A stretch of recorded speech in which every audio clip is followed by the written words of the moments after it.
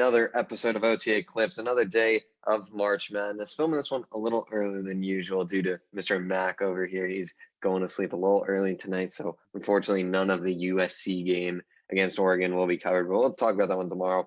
But today, three more games go down in the books in the Sweet 16.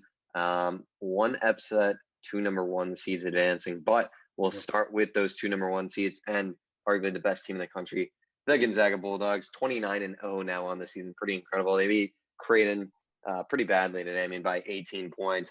You look at the stat sheet. Drew Timme, picking up right where he left off in that last game, 22 points, 6 boards.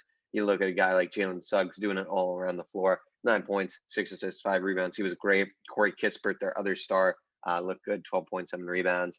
It just seems like Gonzaga is just rolling through teams. Overall, they shoot the ball so well, they rebound so well. What are your thoughts on this one? But Gonzaga, they shot 60% from the field. This team is incredible. Yeah, Gonzaga, a great game today. As I said, they won by 18, and they in this first half they were really able to pull away. They were shooting hot from three. In the second, they shot hot from everywhere. As you said, they finished with that 60% shooting from the field. And at one point, that hot shooting was able to give them a 27-point lead. And of course, as you mentioned, the big guys, Drew Timme, who was Gonzaga's leading scorer with 22 points. He also had 6 rebounds.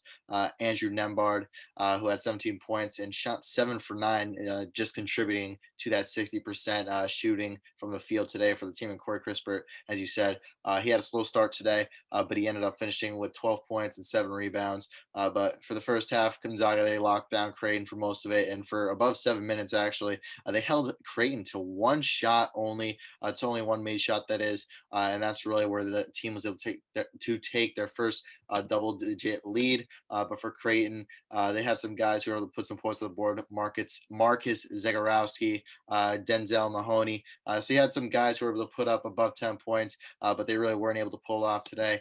Just Gonzaga, of course, the much better team right now, that number one seed. And it's looking like there's no signs of slowing down for Gonzaga right now. They're going to roll through some teams for the rest of March Madness.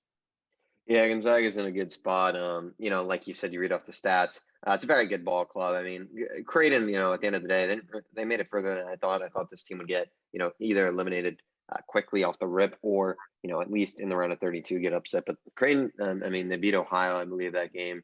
They played good basketball. So shout out to Creighton. They made it pretty far for them.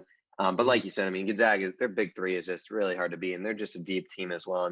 You've got really good players. Anton Watson off the bench, quality guy.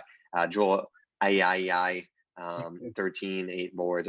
They have all their guys do their thing. They've got great players. They shoot the ball so efficient, and they just beat up on all these good teams. Really, Gonzaga has not struggled in this tournament at all. You could look at the Oklahoma game and say, yes, there were some moments where it was close, but in the end, they've beaten every team by 16 or more. So to me, Gonzaga is just, they're just on cruise control. They'll see who they play. They'll play the winner, I believe, of that USC Oregon game, which will be a tough matchup for them. Both those teams, Pac-12 specifically, is just dominated. We've seen Oregon State. Obviously, UCLA just secured the win. We'll touch on that in a bit. Gonzaga just super efficient. This team looks like they're on cruise control right now to the finals. I don't really see a team that can stop them, but it's March Madness. Anything can happen. The Pac-12, they haven't played a Pac-12 team this tournament. So once that happens, it might be a good night at the rate the Pac-12 is playing. It's been pretty incredible. Yep, 100%. Gonzaga, a great team. And now from one game where the team won by 18 points to another, where Michigan beat Florida State 76-50, another 18-point win, as I just mentioned. But Michigan, they're able to pound the paint early and often against this Florida State team. They scored 50 points inside, which of course was able to give them this big lead over Florida State. You have players like Brandon Johns and Hunter Dickinson, who each had a team high of 14 points, with Dickinson adding 8 rebounds to John's 6. France Wagner, of course, also had 13 points, 10 rebounds, and 5 assists. And Sean D. Brown with 12 points for Michigan. For Florida State, you had 2 players who were able to contribute with Malik Osborne and MJ Walker, 12 points and 10 points respectively. But Michigan, they were able to pull away and play great. But if you go over the stats right away, there's one thing that really will make a difference and really is different between the two teams. And you're looking at the fouls. Florida State, 22 to Michigan's 10 fouls. 6 shots for Florida State at the free throw line, 23 for Michigan. So obviously, Michigan was able to score 10 more points because of those fouls and those free throws. So I think that's really the key here, where the fouls that Florida State was committing. Yeah, Florida State really got into foul trouble early in this one, and it ended up costing them. I mean, guys started fouling out. They had to rely on a lot of those bench guys. I mean, you look at the amount of guys they were using. Obviously, some of these guys come in last second, but guys who were getting a few minutes in this game. They had about 6 guys on the bench who got five or so plus minutes. So clearly, foul trouble started to catch up, and I mean, just the game in general, really, they just were out of it. I mean, their starters were not in the game. Only one of their starters had double-digit points, which is can't do that against Michigan, who's playing great, even without obviously their top player Isaiah Livers, who is out right now due to injury. But like you said, I mean, Michigan, they're just super efficient from the field. I mean, I mean, you can look at the fouls, and it really cost them. I mean, Michigan wasn't particularly solid from the line. They shot 65%. That's nothing to be crazy about. That's not amazing in this tournament. But Florida State just couldn't get the line, and the 3-point shooting, it just wasn't there either. Sometimes you need to shoot better than these teams to win these games against better teams, and Florida State just wasn't to do that. And it's a tough ask. That for me, the combination of Dickinson and Wagner has just been so dominant. For this Michigan team, you see, they combined today for 27 points, 18 rebounds. Those two, I know Franz Wagner plays the card, but he's a tall, lengthy kind of guy. Who can do a lot for them. He's such a key player. And for the Wolverines, I mean, they're holding the credibility for the Big Ten after a lot of those teams exited early. Not a Wolverines guy myself, obviously, but I believe they now will go on to play the winner of the last game. I know this is being a really quick episode. That's fine. These episodes are going to be not as long due to the least amount of games now. But UCLA, Alabama, this one was the best game of the day, so we'll talk about it for a bit longer. Overtime, it went to, but this one, I mean, talk about a wild game for UCLA. I mean, obviously one of their better players, Johnny Juzang, fouls out, pretty decently, halfway through, a little bit more than halfway through the second half, and that hurt. But guys were able to pick it up. Specifically, I believe it's this duo, Jules Bernard, I believe is this guy's name. I might be wrong though, so let me just look at all the pictures. Oh no, it's No. Tiger Campbell. This dude looks like J. Cole, and he started going crazy. No. He had steals. He was going crazy. He was playing great. I mean, you look at this team. Jules Bernard had a great game. Jamie Jacquez, that guy, the white dude, he looks a little weird, but he was shooting the ball. I mean, you just look at the players who are playing on this team. All their starters were in double digits. They shot really well. And they shot. I mean, here's the difference. Free throws. Was the reason this game was the loss for the Crimson Tide. I mean, UCLA 20 for 25 from the line, super efficient. Alabama, the number 2 seed in the tournament, 11 for 44%. Particularly Herb Jones. I mean, this dude is a bum. He should never be playing basketball again. This should be his last game ever. This dude is one of the worst free throw shooters I've seen in my life. John Petty, you see strong guard play. John Petty was a key guy for them down the line. Javon Quinterly was the best player, but he even struggled in the paint. This guy was getting blocked every second.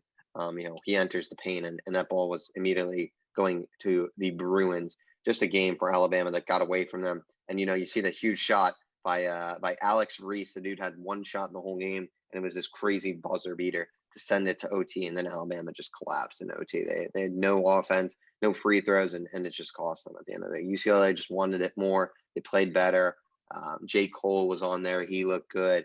And, just a lack of free throw shooting for the Crimson Tide. And, they proved that, them in Ohio State, they're really just football schools. Their basketball skills are not quite going to be up to date with some of these other teams. But UCLA, a first 4 team advancing the Elite 8. I don't know how many times that's been done, but I know it's not many. So congrats to them. They are on a roll right now, and they'll have a date with, I believe, the Wolverines. So exciting to see. Yep, I love the things you brought up. Alabama, Ohio State, the football team strictly at this point. And then, of course, J. Cole. I had no clue what you were talking about until I clicked on this guy's name. And I'm like, okay, yeah, that may be J. Cole's little brother or something like that. But Obviously, the UCLA Bruins were able to pull out the win here. First half was controlled by the Bruins. Second half controlled by the Crimson Tide, but that overtime, of course, was controlled by the Bruins, who came out with the victory. Jamie Jaquez Jr. with 17 points, 8 rebounds. Jules Bernard, 17.6 rebounds. You keep listing off the names. They had 6 guys scoring over 10 points in this game, with some guys getting over 5 rebounds. Jamie Jaquez Jr. and Jules Bernard, of course, and then Jalen Clark, of course, he had 9 rebounds to his 3 points, of course. So you love the ratio that you're seeing there from him. But on the other hand, for Alabama, they put up the good fight in the second half to send it to overtime. John Petty, 16 points. Javon Quinterly, I believe that's how you say that, with Yeah. 12 points. But you're looking at the stats, and of course, the one stat I was looking at, which you covered pretty well, was the free throws. They both shot, UCLA and Alabama. They both shot the ball 25 times from the line, but UCLA, they were able to capitalize on those shots. They made 20 of those at 80%. Alabama, they shot 44% and only made 11 of those. So obviously, that's going to make a big difference in this game. And I mean, if you're seeing if Alabama could score some more of those, and UCLA, they weren't this good at shooting free throws in this game. I mean, this game could have been much different, or would have been much different for the entirety of this game. Alabama, of course, didn't come out with the victory here, and it's really because of that poor free throw shooting.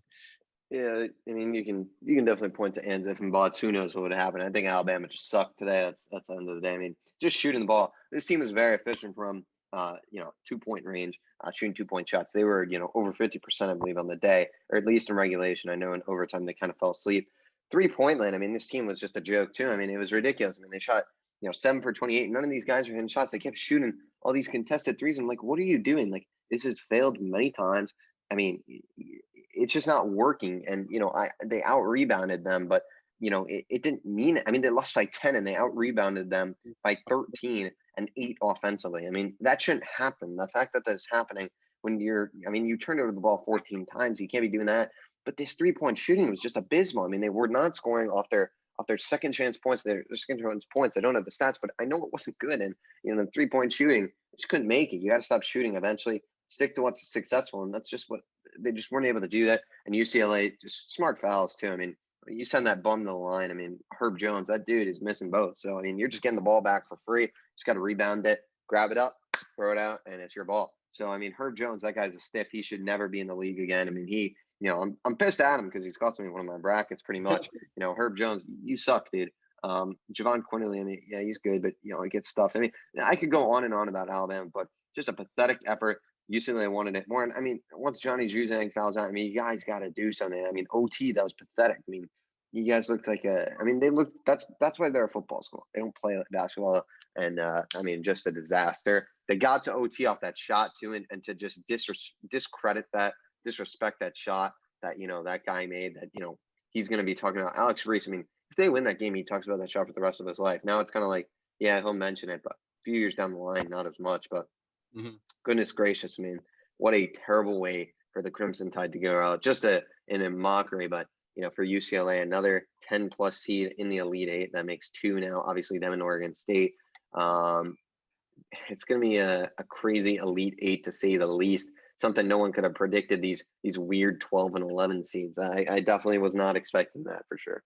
Yep, for sure. And I mean, you spoke on Alabama, their inability to shoot from three. You're looking at a team, I believe yesterday that was the Baylor game. They were unable to shoot from three. But you know what they did? They went out and they figured out what was working. They were shooting inside from the 2 point range, and that's what they stuck with. They were able to identify the problem, and then they were able to find a way to fix it and win that game ultimately. Alabama, they did the complete opposite today. They kept shooting from three, of course, 28 shots from three, only made seven of them at 25%. But Alabama, you have to be able to be a good enough team. You have to have a good enough coach where you could realize that and make an adjustment based on how your team is performing. And Alabama could not do that tonight. Yeah, I mean, another thing. I mean, I think they're 97th in the NCAA in 3 point percentage shooting or something like that. Or something along those lines. I mean, what are you doing shooting 28 threes in a game? I mean, and you're not making them. Like, stop shooting. I just don't get it. It makes no sense. I mean, just an inability to shoot is just. I mean, they suck, dude. I was high on this team, but this is just it was just it was not a good performance. I mean, I don't know, what else to say other than that. You get to OT and you just, I mean, they just looked so flat for most of this game. It's a miracle they got to OT. That was a miracle shot, and they had a chance to escape, but they proved that they are just trash. I guess I'm just hating on Alabama right now. But goodness gracious, I mean, Is it maybe it's just because they were in your bracket, but I don't know, man. I was high on them, but yeah, I mean, Gonzaga's just getting the free run at this point to yeah. this championship. I mean, look at the teams they're going to have to go through. I mean, imagine Oregon State and UCLA get to the Final Four, both those teams. I mean, Uh, Gonzaga's gonna be laughing, dude. They're gonna be like, "What is this shit?" I mean, this is yeah, easy. I mean, free run, oh, free. free run for the Zags, but that's all I got for today. Yeah, what could you expect? Oregon State, UCLA, obviously two teams who are outside of that top 10 seed, 11 and 12 respectively. And yep, they made the Elite Eight, so we're gonna have to see what they could do. And I guess with that, we'll probably wrap this thing up tomorrow. I mean, we're probably gonna put out a late ass episode with Baylor playing at 10 p.m. Eastern time. So They play 10 Eastern time. So I mean, Oh like if my we're god! doing this thing early, we're only getting one game, and so it's gonna have to be like a 12 p.m., 1 a.m. episode or something. But I mean, yeah, Who scheduled that 10 p.m.? I Goodness mean, gracious! I mean, we're coming down to 8 teams here: Oregon State, Houston, Arkansas, Baylor, Gonzaga, Michigan, UCLA, and then who's winning the USC is winning. Oregon, USC, bound to be a good game. Evan Mobley not doing much. Isaiah White's playing really good right now. And on the flip side for Oregon, Chris Duarte, your boy, is their leading scorer. You love your little Chris Duarte after that demolish over Iowa. yes, sir. So obviously we're gonna have some great games for you guys. We'll recap that Oregon USC game tomorrow, of course. So that'll be make up for some of the short time and what would have been the expected short time tomorrow with only 2 games. So you're gonna be getting 3 games on both days somehow. So so with that, we'll finish things up here. We appreciate you all for watching. As always, make sure to like, comment, and subscribe, not only on this channel but on our main channel outside the arena, as well as go follow us or subscribe, whatever it is, on Apple Podcasts and Spotify, which is also outside the arena. Make sure and feel free to reach out to us on our Instagrams. That's probably the easiest way to contact us if you guys want to come on or just talk sports, whatever it may be. So please follow us on our Instagrams. My Instagram is mac.rommel. Griffin's Instagram is Griffin Senate. And our podcast Instagram is Outside the Arena Podcast. So please feel free to reach out, and we'll see you all tomorrow night.